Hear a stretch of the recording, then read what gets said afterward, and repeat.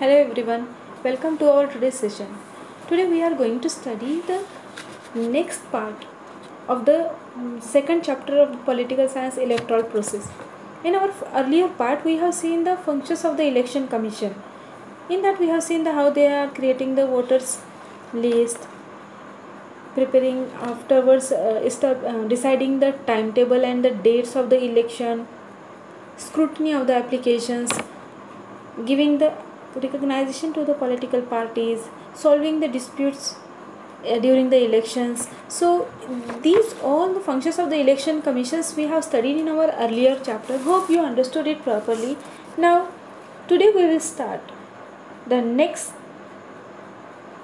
further point, that is the process of election.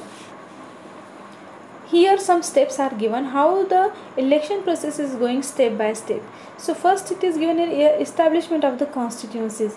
So it is how to establish the constituencies. See, constituencies are established on the basis of the population and the area of that region. There are total 543 constituencies in our whole India. So in our Lok Sabha actually 545 seats are there, but two seats are elected by the president. So 543 constituencies are created. From that 543 candidates, they will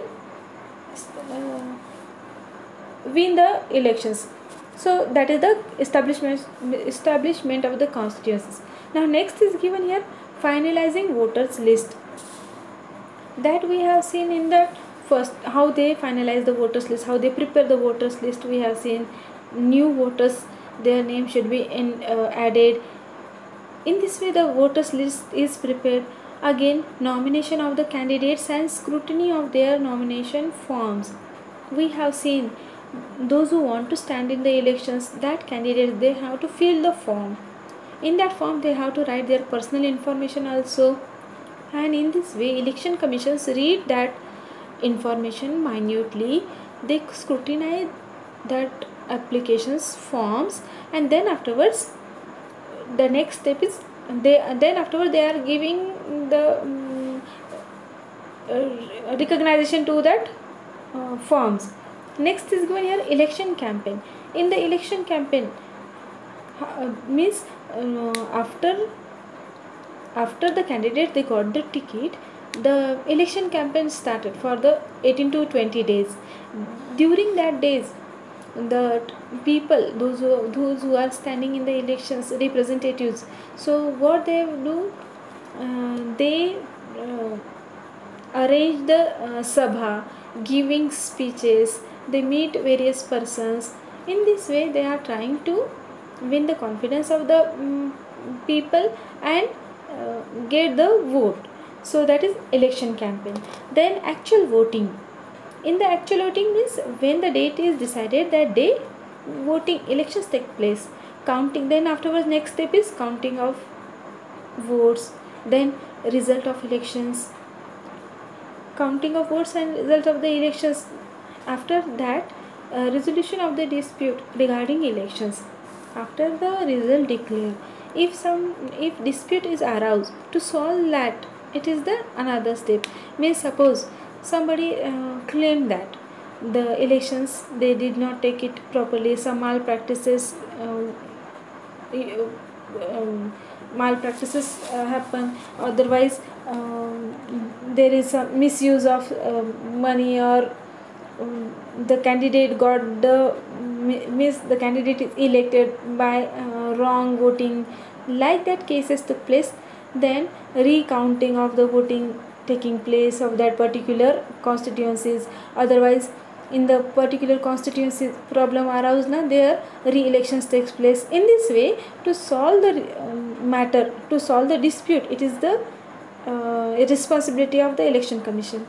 Now we will study the restructuring of the constituencies. The total number of members in Lok Sabha is 543. How are these members elected?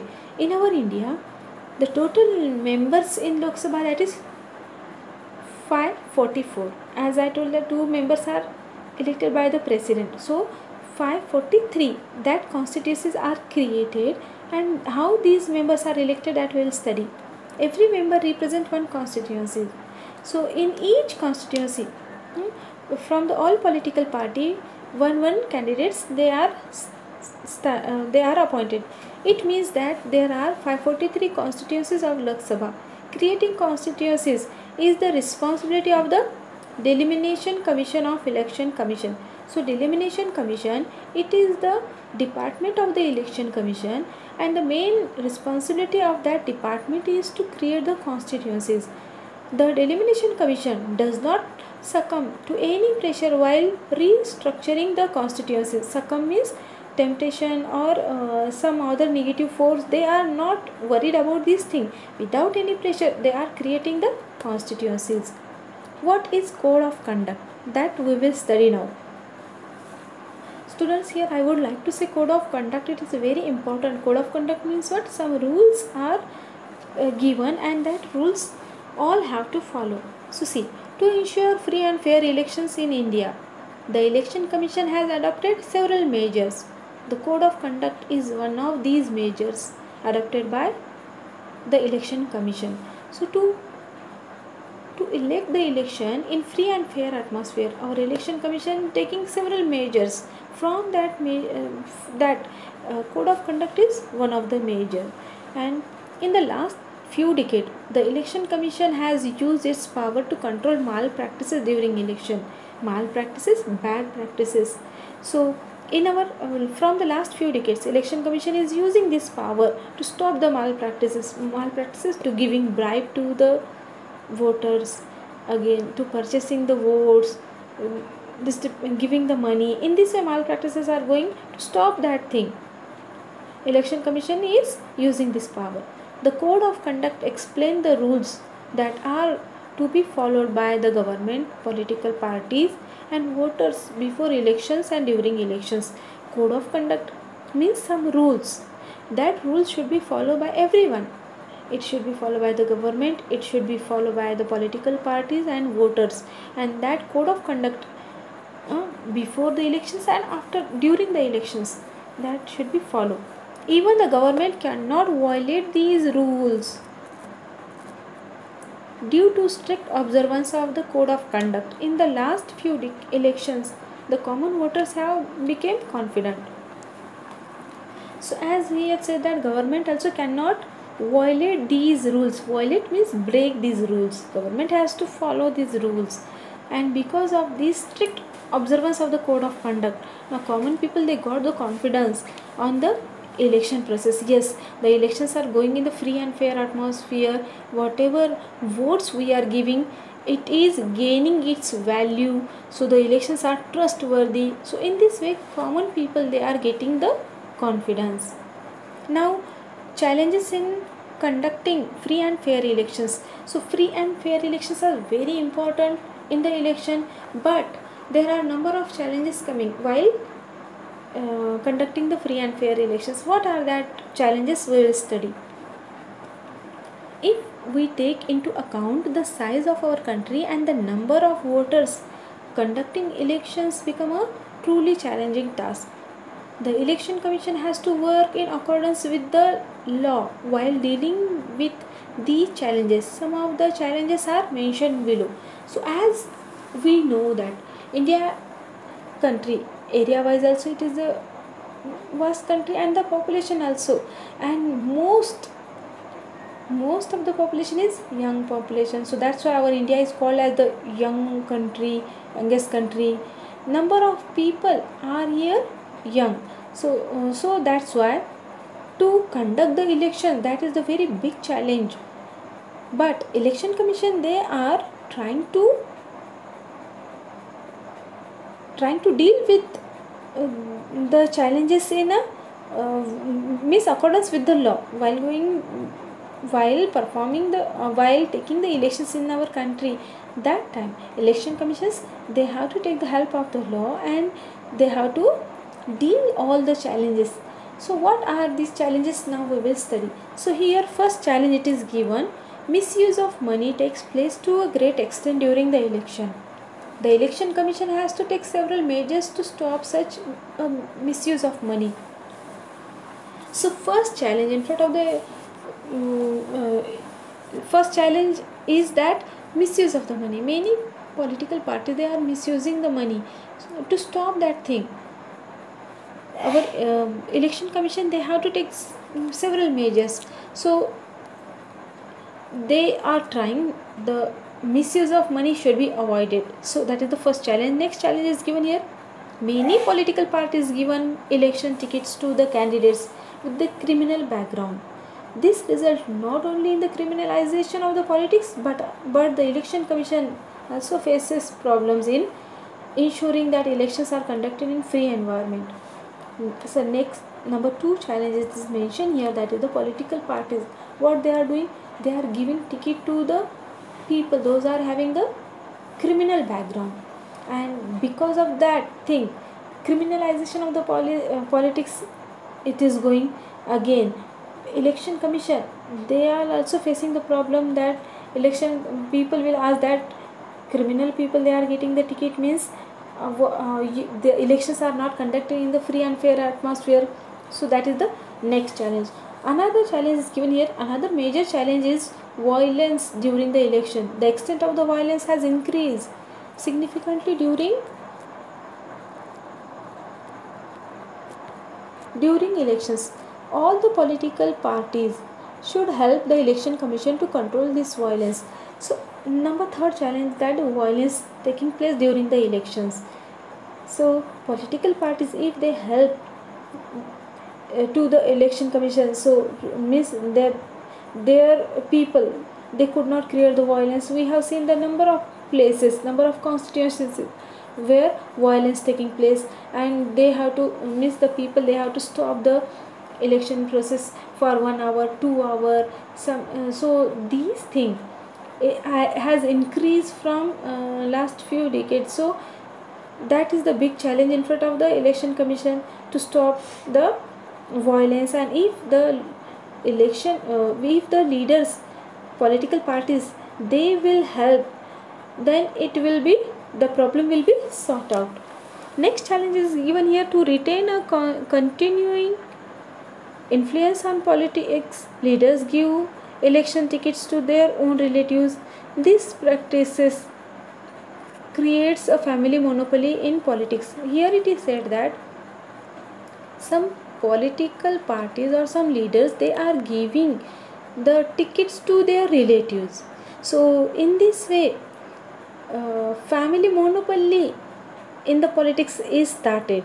There are some political parties in our country which are giving tickets to their own relatives, and in this way family monopoly system has started, and that is harming to the democracy. It is not the real sense of democracy. So that is also the one of the challenge in front of our free and fair elections. So that thing should be stopped.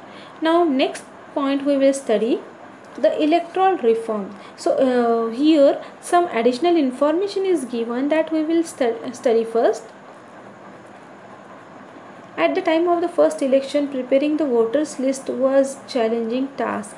When in 1951, that time elections conducted, that time preparing the voters list, that was a very big task. As many people were illiterate, the special producer of voting was used during election. 20 lakh steel boxes were made for voting purpose. Election symbols were stuck on the boxes. The voters were given a blank ballot paper which they were supposed to drop in the box having the election symbols of the party they wanted to vote for. This system ensured that even the illiterate people could vote. So when that time they conduct the elections, that time 20 lakh steel boxes were provided, and in that 20 lakh steel boxes, 20 lakhs means different constituencies, that boxes were distributed, and that is for the benefit of the illiterate people. Illiterate people cannot read the name of their representatives. That time they will see the symbol of the particular party, and then they will put the blank ballot paper in that box. It means the person has given one paper, ballot paper means one vote. In this way elections were conducted.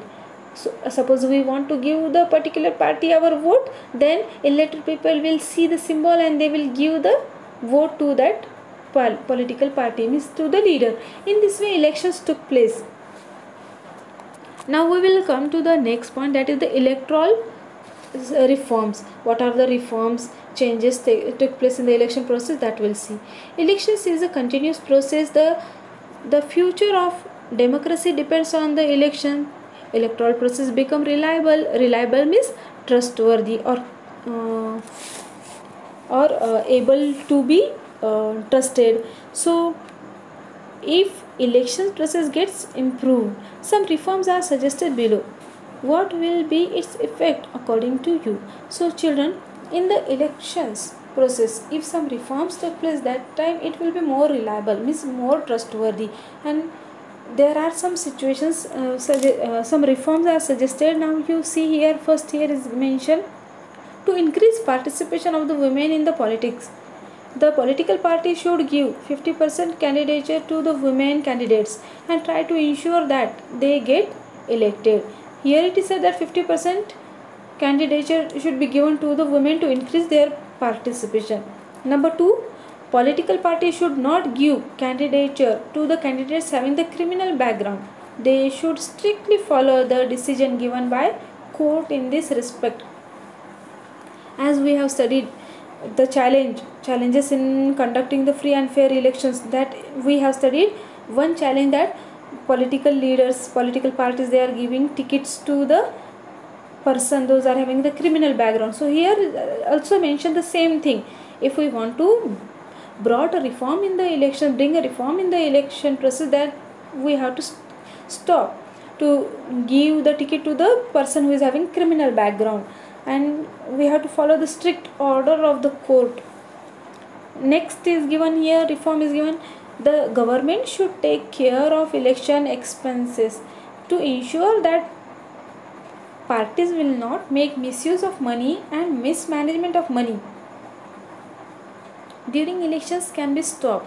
So here reform is there, says that whatever the misuse of money is going by the political parties, that should be stopped. So government should take care of that expenses.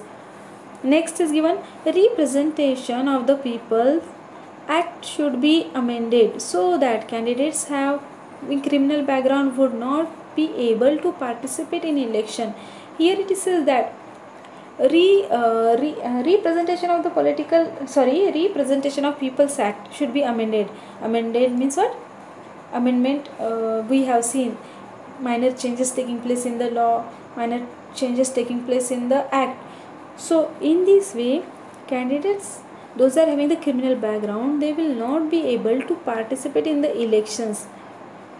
Now here some additional information is given about the journey from ballot boxes to EVM machines. How the earlier ballot boxes were used for elections, now it has changed. Now EVM machines are available. That journey we will study.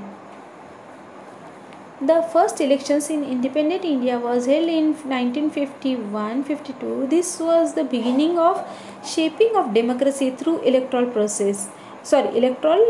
politics. In initial elections, ballot boxes were used for the purpose of voting.